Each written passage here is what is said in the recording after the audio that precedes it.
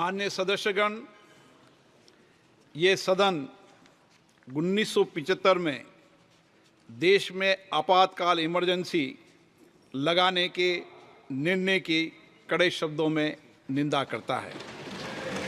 इसके साथ ही हम उन सभी लोगों की संकल्प शक्ति की सराहना करते हैं जिन्होंने इमरजेंसी का पुनर्विरोध विरोध किया, अभूतपूर्व संघर्ष किया और भारत के लोकतंत्र की रक्षा का दायित्व निभाया।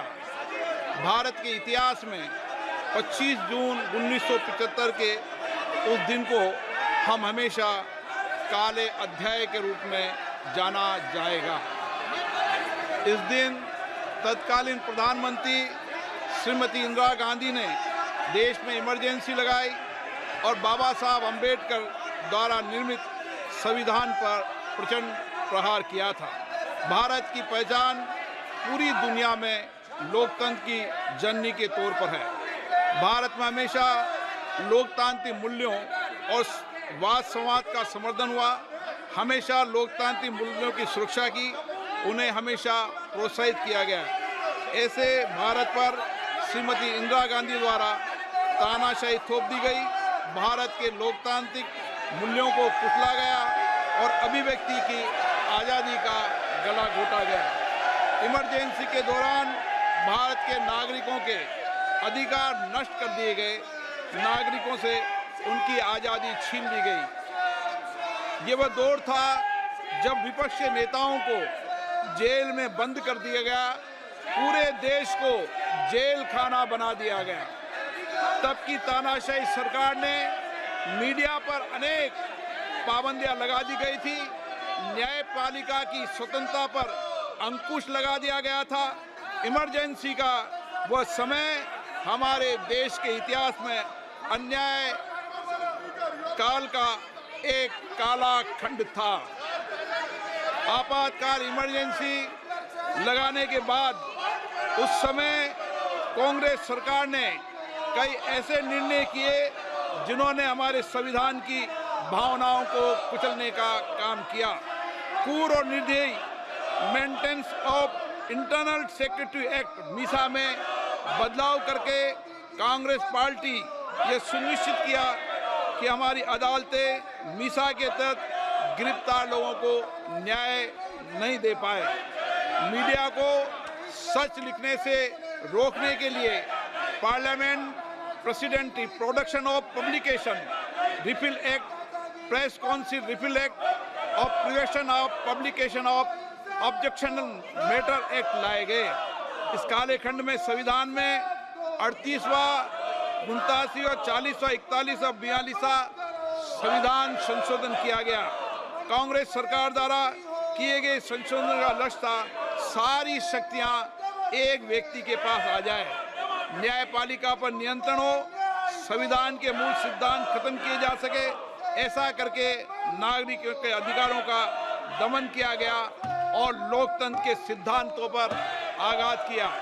इतना ही नहीं, तत्कालीन प्रधानमंत्री श्री इंदिरा गांधी ने कमिटेड ब्यूरोक्रेसी और कमिटेड जुडिशरी की बात कही, जो उनकी लोकतंत्र विरोधी रवैये का एक उदाहरण है। इमरजेंसी अपने साथ ही ऐसे असामाजिक और तानाशाही की भावना से भयंकर चुनौतियों को लेकर आई, जिसने गरीबी, दलित और वंचितों को तबाह कर दिया। इमरजेंसी के दौरान लोगों को कांग्रेस सरकार द्वारा जबरन थोपी गई अनिवार्य नसबंदी का, शहरों में अतिक्रमण हटाने के नाम पर मनमानी का और सरकार की कुनीतियों का प्रहार झेलना पड़ा। ये सदन उन सभी लोगों के प्रति संवेदना जताना चाहता है। 1975 से 1970 कालाखंड अपने आप में एक ऐसा कालाखंड है जो हमें संविधान के सिद्धांतों, संघीय ढांचे और न्यायिक स्वतंत्रता के महत्व को याद दिलाता है। ये कालखंड हमें याद दिलाता है कैसे उस समय हम सभी पर हमला किया गया, क्योंकि जिनकी रक्षा आवश्यक है।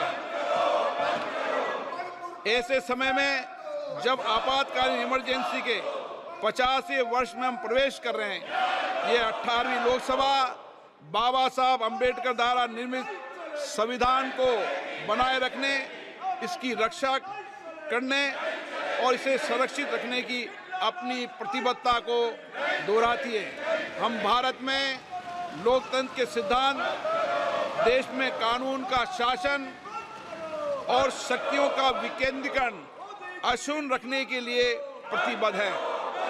हम संवैधानिक संस्थाओं में भारत के लोगों की आस्था और उनके अभूतपूर्व संघर्ष, जिनके कारण इमरजेंसी का अंत हुआ और एक बार फिर संवैधानिक शासन की स्थापना हुई, उनकी सराहना करते हैं। 1975 में आज 26 जून के दिन ही देश इमरजेंसी की कूट सच्चाइयों का सामना करते हुए उठा था। 1975 में आज के दिन कैबिनेट ने इमरजेंसी का पोस्ट फैक्टो रेक्टिफिकेशन किया था। इस तानाशाही और असंवैधानिक निर्णय पर मोहर लगाई थी।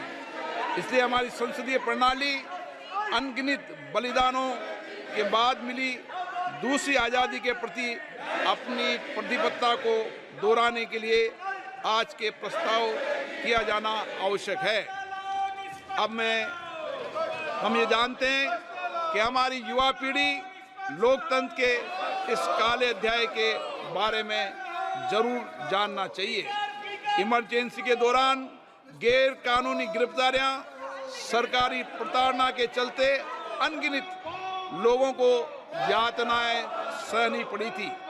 उनके परिवार उनको असमित कष्ट उठाना पड़ा था। इमरजेंसी ने भारत के कितने नागरिकों का जीवन तबाह कर दिया था, कितने लोगों की मृत्यु हो गई थी। इमरजेंसी के इस काले खंड में कांग्रेस की तानाशाह सरकार के हाथों अपनी जान गंवाने वाले भारत के ऐसे कर्तव्यनिष्ठ और देश में प्रेम करने वाले नागरिकों की स्मृति में हम सब 2 मिनट का मौन रखते हैं।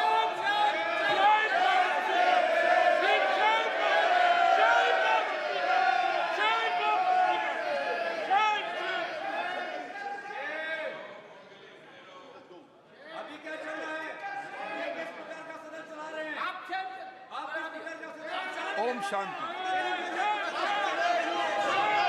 सभा की कार्रवाई गुरुवार दिनांक 27 जून 2024 को राष्ट्रपति के अभिभाषण की समाप्ति के आधे घंटे के पश्चात के लिए स्थगित। तो अपने आसपास की हर छोटी बड़ी खबर को देखने के लिए चैनल को सब्सक्राइब करें, लाइक करें, शेयर करें और बेल आइकन दबाना बिल्कुल ना भूलें।